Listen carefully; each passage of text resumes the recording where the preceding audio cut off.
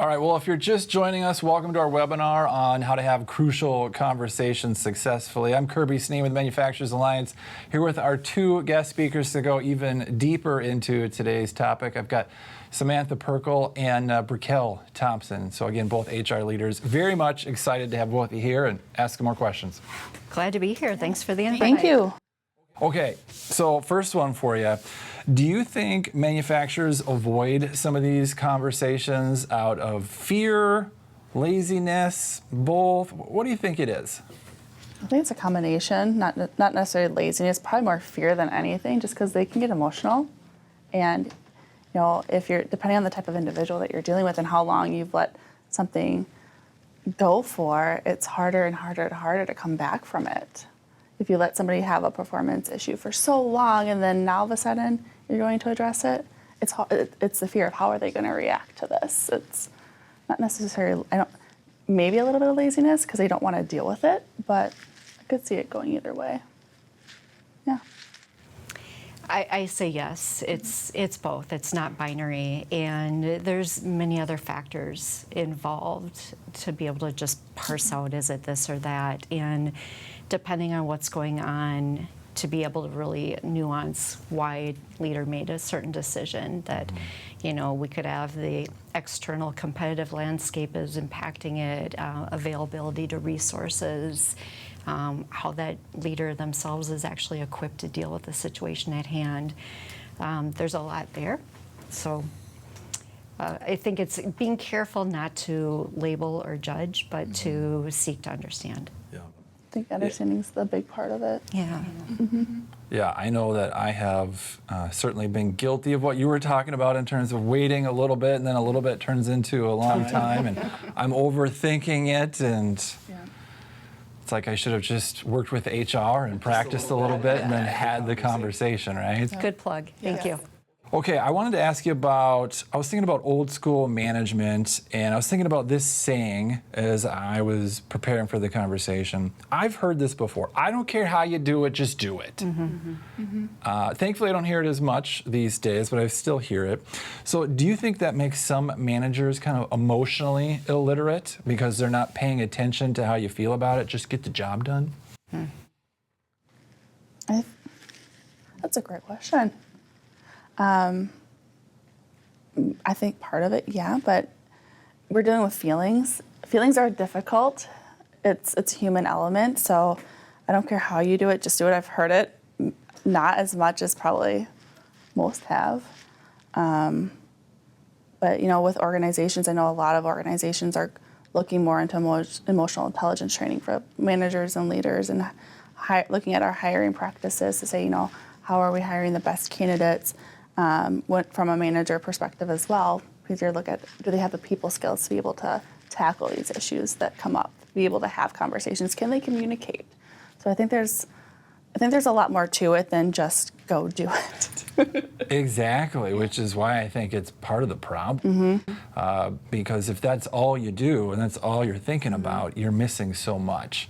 And it, I think, then leads to the tendency of avoiding everything else, including some of these hard conversations. You put your blinders up and you have tunnel vision. You just focus on what's going well, and you just let it go, and you're just like, I'll just deal with it later. Yep. Have you experienced that? Have you heard that? Yes, I have heard it, and I would echo that more organizations are putting efforts into EQ development, emotional intelligence, and applying that into hiring and screening practices as well as developmental type of opportunities. And if you put it on a simple 4-square box where we have low EQ, high EQ, and just do it to well thought out and data-based decision making, right?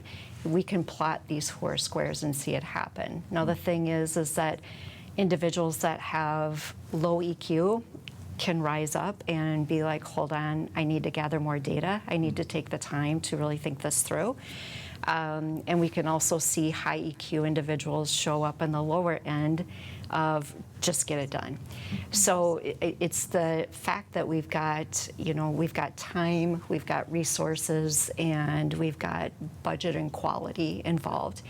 And what is the presenting kind of pain point that that leader is having to drive the decision off of? And oftentimes that's why we might see this type of a communication come forward. Yeah, it's almost that emotional outburst type of communication. Can be. Yeah. Okay, what about turning conversations around so that you can kind of lean into the conflict and then making it productive? Briquel, I want to turn this one over to you because I think you had spoke about this in your presentation. So if they haven't watched that, they should immediately go back and watch really it. should. Because I think you spoke to that one. Will you share the answer? Yeah, that was my response to the question as you were saying that, is that, apply the 3-step approach to compassionate conversations. And, breaking it down really quickly is that, first we're acknowledging emotion, both yours and the other individual. And then we're staying curious. And so we're asking open-ended questions to invite conversation and improve collaboration through the conversation. And then thirdly, we want to land on joint problem solving. Yeah. So how do we identify, what is the common space that we're starting from and that we're aligned to, and then also how do we move towards incremental improvements to advance this to a greater level of success? I love the joint problem solving. Just even having a term for that. Yeah. It gets rid of that finger pointing, I think. Yes. So that it's us against the process That's right. versus me against you. That's right. I'll tell you a little tip I give people when I'm coaching leaders is that actually use a physical object in the room when you're having the conversation and label it. It could be a chair, it could be the plant that's hanging out in your corner, it could be whatever it is. But when you're in the conversation with the individual, you identify this is the problem we're talking about. So now I've got this visual cue that we're talking together. We're trying to come together to attack this thing over here. And I don't mean to point in your direction. It's okay. But that's a little tip, and it's helpful, right? Because it breaks away from the emotions flare up. We're talking about an issue, and because we're in conversation, it can be easy to interpret on either side that now it's starting to feel personal. I like that idea of having the object, whether it's a plant like you had said, and then you make it a conversation, the barriers come down, people's emotions aren't as heightened as they normally would if it was just like us sitting across the table looking at each other, like, this is what's going on, this is the conversation. Yeah. You get to direct it towards more of the inanimate object. There you go. Love that. Something that doesn't have any feelings, right? Yeah. Okay, what about this one? How can you make sure that staying professional doesn't actually prevent talking about the heart of the matter when you have a crucial conversation? Samantha, can I kick this one to you first? Yeah, I think practicing with your HR individual to really to help break down some of those barriers, even having the HR individual in the room with you, depending on the level, if you're of comfortability of having them present, they can help set the tone. They can help make sure that, set the example of it. They could help lead it if you're not as comfortable, especially if you're newer to a role. Managing people, for example, you may not have the confidence yet, and they could help bring that confidence to the room. They can help facilitate the discussion, have the knowledge of policy and procedures of the company, so they can help provide training resources and help really guide the conversation to be more positive than having someone flip a table on you. I appreciate that, because sometimes I even wonder, like with word choice, I want to, I don't want to avoid it, but I do want to maintain professionalism, and sometimes word choice is kind of difficult. So it's nice to have someone to bounce that off of.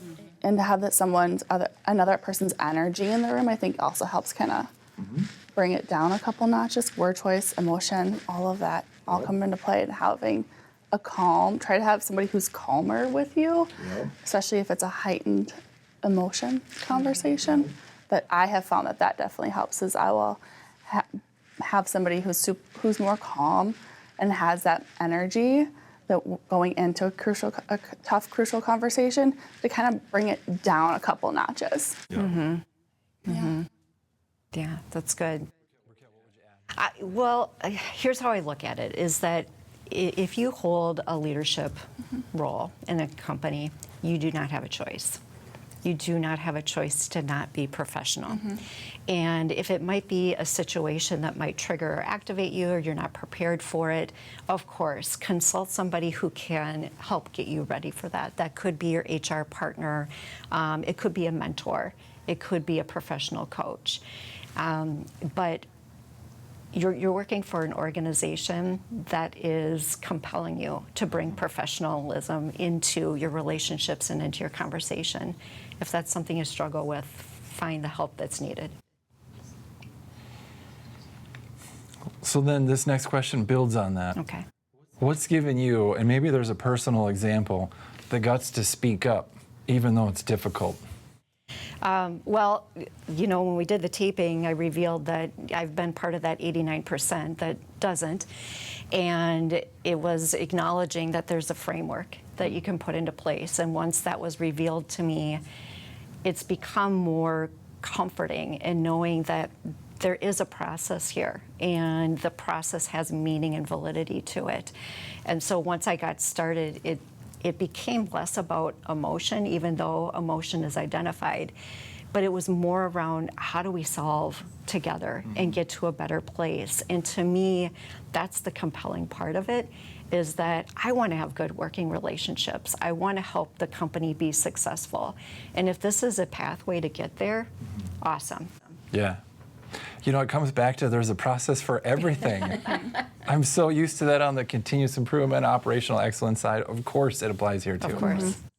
What would you add? There's always a process, like she said, being in, it's, the frustration that leads. Will be honest, I have let things just go, and then I'm like, I need to really have this conversation. This has gone too far. What was I thinking? I knew better. But, just diving into it and just be like, you just have to tackle it head on. There is a process. It helps to be like, okay, we have a process for this, so let's go through this. Let's go through the steps. It's not just in continuous improvement, Kirby, that there's a process. So, and that's how I have kind of helped tackle it. And to have, that conversation, it helps me understand as a professional, like, where is someone else coming from? And I use this common phrases, help me understand where you're coming from. Help me understand your perspective, because if I'm having trouble viewing it and understanding where they're coming from. So that has helped me to kind of take a step back and be like, okay, I see what you're saying and I hear you. I may need some time to really think about it and process it. So can we come back? And I'm okay saying that. Yeah.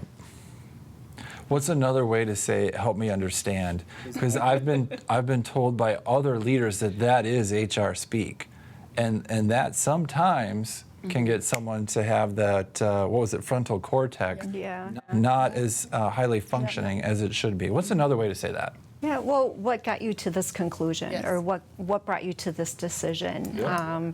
I'm curious what else you considered as you, pulled data into this, and what might we be missing? So it's bringing the questions out that keep the individual in the conversation in a healthy way, and staying focused on the problem that we're trying to solve together. Good to know that the help me understand is you guys talk about us behind our back, that's an HR phrase. And now it's out. And now it's out. Well, now I got to take that out of my. We'll be creative. We'll find something new. Right. No, but it comes from, and I think for me, it comes from a place of curiosity, because I want to know. So I'm like, help me understand. Like, I really don't know. So it's mine. I know it is. You can see that it's HR speak, but especially in my organization and working with my leadership, I'm like, help me understand this vision, so I get it better. So, yeah. But I might have to change my framework now. Change my framework. I gave you something to think about. Yes. How have you prepared for a crucial conversation personally? The data, making sure I have all the data going into it, making sure I have clear examples when going into a conversation, no matter how difficult it is. And try to be open-minded and understand it, that they have a different viewpoint than what I'm getting from, whether it's feedback from others on an individual or situation, my own perception of it. So just to really be open-minded, I always try to schedule it and just kind of frame it as we need to have a conversation about this so that they know what's coming. I don't want to do an element of surprise because I think that's just, it could work as an advantage but also a disadvantage, but they know that we need to have a conversation of something. Like one thing I've learned not to do in terms of preparation is to just send a text or instant message that says, do you have 10 minutes? No. And then just leave it there. Yes. No. I would not recommend that. Yeah. Everything else you shared, great. Yeah. What would you add? Mitigate bias, and that can be difficult to do, but to recognize that we all bring bias into a situation. And sometimes individuals enter into the conversation already knowing the outcome in mind that they want to have, and that might not be achievable. So mitigate bias, and then also be open to what you don't know. And allow that information to provide additional insight and data of, okay, now that this is part of the equation, what does this mean in this moment and for where we want to take it?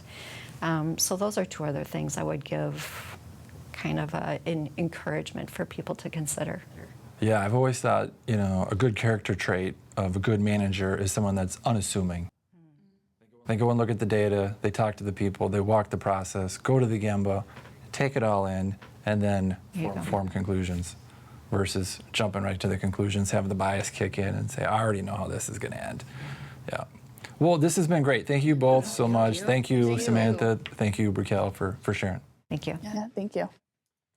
If you liked these real-world experiences and you want more in-depth training on how to have crucial conversations or other similar advanced leadership techniques and leadership-related topics, then check out the form that's right below our player. Fill that out, and we'll send you even more information on our Strategic Leader Certification Program.